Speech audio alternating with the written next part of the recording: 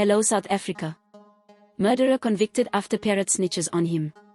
A parrot became an unlikely ally in a murder investigation after a woman and her dog were murdered, India Today reports. On February 20, 2014, Neelam Sharma, the wife of Vijay Sharma, the editor-in-chief of a leading agro-newspaper, was murdered in her own home.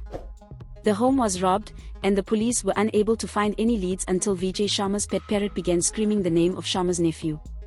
Upon hearing the parrot's cries, Vijay Sharma became suspicious and requested that the police question his nephew, Oshu. Oshu ultimately confessed to murdering Neelam with the help of his friend, Ronnie Massey.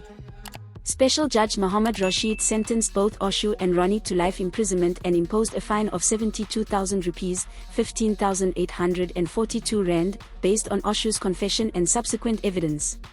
This is Leah for the South African. Please subscribe for more news updates.